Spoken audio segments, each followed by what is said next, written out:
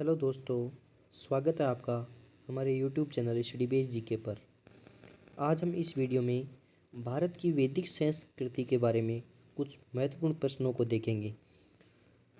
भारत की वैदिक संस्कृति व राजस्थान से संबंधित अन्य महत्वपूर्ण प्रश्नों के वीडियोज़ की लिंक नीचे डिस्क्रिप्शन में दी गई है।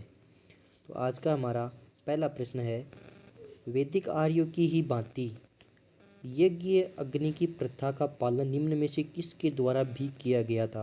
अर्थात वैदिक आर्य जो हमारे आर्य सभ्यता के लोग थे वो यज्ञ अग्नि प्रथा का पालन करते थे। इस प्रथा का पालन किस अन्य के द्वारा भी किया गया था। तुम्हारे ऑप्शन है, ऑप्शन ए यूनानी लोगों के द्वारा, ऑप्शन बी ईरानी लोगों के द्वारा, ऑप्शन सी रोमवासियों के द्वारा या ऑप्शन डी उक्त सभी के द्वारा। तो वैदिक आर्यों की भांति यज्ञ अग्नि प्रथा का पालन ईरानी लोगों के द्वारा किया गया था। इसका पहला साक्ष्य ईरानी ग्रंथ है जैन अवेस्ता, उससे मिलता है। ईरान के लोग वैदिक आर्यों की भांति अग्नि की पूजा करते थे और जैन अवेस्ता में अनेक भारतीय देवताओं का नाम भी मिलता है। वैदिक आर्यों में अग्नि बहुत महत्वपूर्ण स्थान था, जिसके कारण यज्ञ अग्नि की प्रथा का वैदिक आर्यों में बहुत ज़्यादा प्रचलन हुआ और यज्ञ अग्नि की प्रथा का पालन ईरानी लोगों के द्वारा भी किया गया था। हमारा दूसरा प्रश्न है, निम्नलिखित वैदिक संहिताओं में से भारतीय संगीत का उद्गम किस ने से खोजा जा सकता है।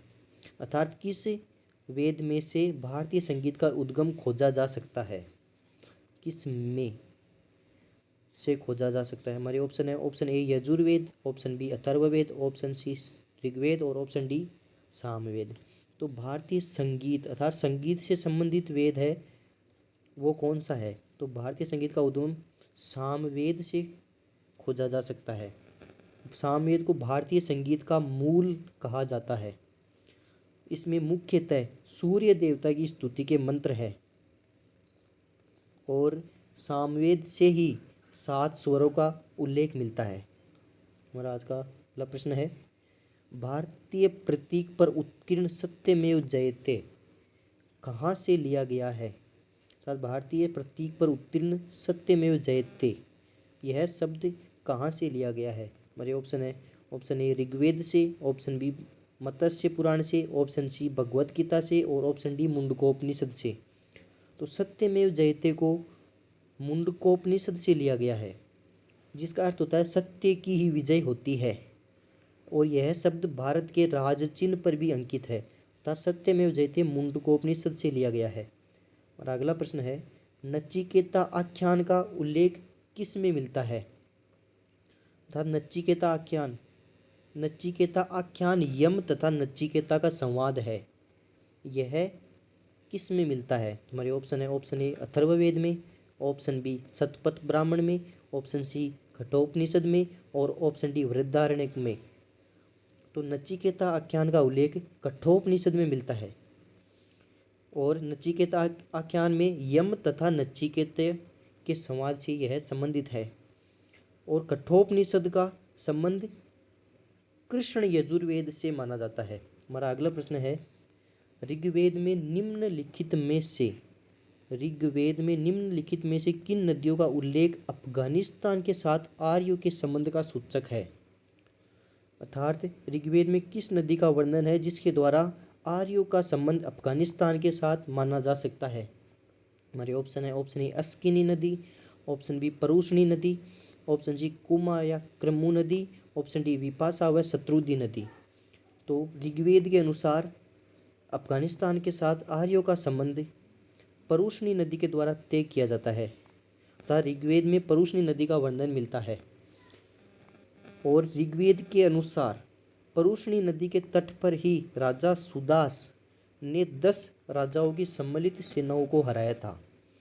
अर्थात अफगानिस्तान के 7 आर्यों के सूचक परूषणी नदी के द्वारा माना जाता है। हमारा अगला प्रश्न है, हिंदू पौराणिक कथा के अनुसार समुद्र मंथन हेतु किस सर्प ने रस्सी के रूप में स्वयं को प्रस्तुत किया था। अर्थात समुद्र मंथन में जिस रस्सी को काम में लिया गया था वह किस सर्प ने प्रस्तुत किया था, अर्थात किस सर्प के द्वारा समुद्र मंथन किया गया था? हमारा ऑप्शन है ऑप्शन ए काली के द्वारा, option B Vasuki, option C Pushkar और ऑप्शन डी शेषनाग।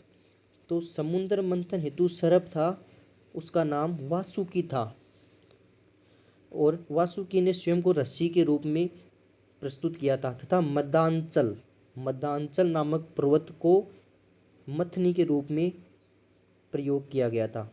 हमारा अगला प्रश्न है, वैदिक कर्मकांड में होता शब्द का संबंध किससे है? होता संबंध अर्थात होता शब्द से किसे संबोधित किया जाता है? और यह है होता शब्द किस वेद से संबंधित है, अर्थात किस वेद में इस शब्द का वर्णन मिलता है? हमारा ऑप्शन है ऑप्शन ए ऋग्वेद से, ऑप्शन बी यजुर्वेद से, ऑप्शन सी अथर्ववेद से और ऑप्शन डी सामवेद से। तो होता का संबंध ऋग्वेद से है। ऋग्वेद में पुरोहित अर्थात पंडित को होता कहा जाता था। हमारा अगला प्रश्न है, वैदिक काल में प्रचलित लोकप्रिय शासन प्रणाली कौन सी थी? हमारा ऑप्शन है ऑप्शन ए निरंकुश, ऑप्शन बी प्रजातंत्र, ऑप्शन सी गणतंत्र और ऑप्शन डी वंश परंपरागत राजतंत्र। तो वैदिक काल में वंश परंपरागत लोकप्रिय शासन प्रणाली थी, अर्थात मतलब वैदिक काल में वंश परंपरागत राजन शासन प्रणाली प्रचलित थी, परंतु कहीं कहीं कुछ जगह जनता द्वारा चुनाव के उदाहरण भी मिलते हैं। और अगला प्रश्न है, आरंभिक वैदिक काल में वर्ण व्यवस्था किस पर आधारित थी? आरंभिक वैदिक काल में वर्ण व्यवस्था किस पर आधारित थी? और ये ऑप्शन है ऑप्शन ए शिक्षा पर, ऑप्शन बी जन्म पर, ऑप्शन सी व्यवसाय पर और ऑप्शन डी प्रतिभा पर। तो वैदिक काल में वर्ण सभ्यता जन्म पर आधारित थी, परंतु वर्ण का अर्थ कहीं कहीं वेदों में रंग के रूप में भी लिया गया है। आर्यों को गौरवर्ण तथा दासों को कृष्ण वर्ण कहा जाता, परंतु वर्ण व्यवस्था जन्म पर आधारित थी। हमारा अगला प्रश्न है, निम्नलिखित में से किस में उल्लेखित है कि वह व्यक्ति जिसकी पत्नी मर गई हो अर्थात विदुर पुनर्विवाह कर सकता है, लेकिन जिस स्त्री का पति मर गया हो अर्थात विधवा को पुनर्विवाह की अनुमति नहीं है, अर्थात पुरुष पुनर्विवाह कर सकता है और महिला पुनर्विवाह नहीं कर सकती है। यह किस में उल्लेखित है? मेरे ऑप्शन है option A Jataka, option B Manusmriti, option C Yajnavalkya और ऑप्शन डी रमेनी। तो इस का उल्लेख मनुस्मृति में मिलता है। मनुस्मृति के 38वें खंड में इसका स्पष्ट उल्लेख है कि वह व्यक्ति जिसकी पत्नी मर गई हो पुनर्विवाह कर सकता है, लेकिन विधवा को पुनर्विवाह की अनुमति नहीं है, अर्थात मनुस्मृति में इस बात का उल्लेख मिलता है।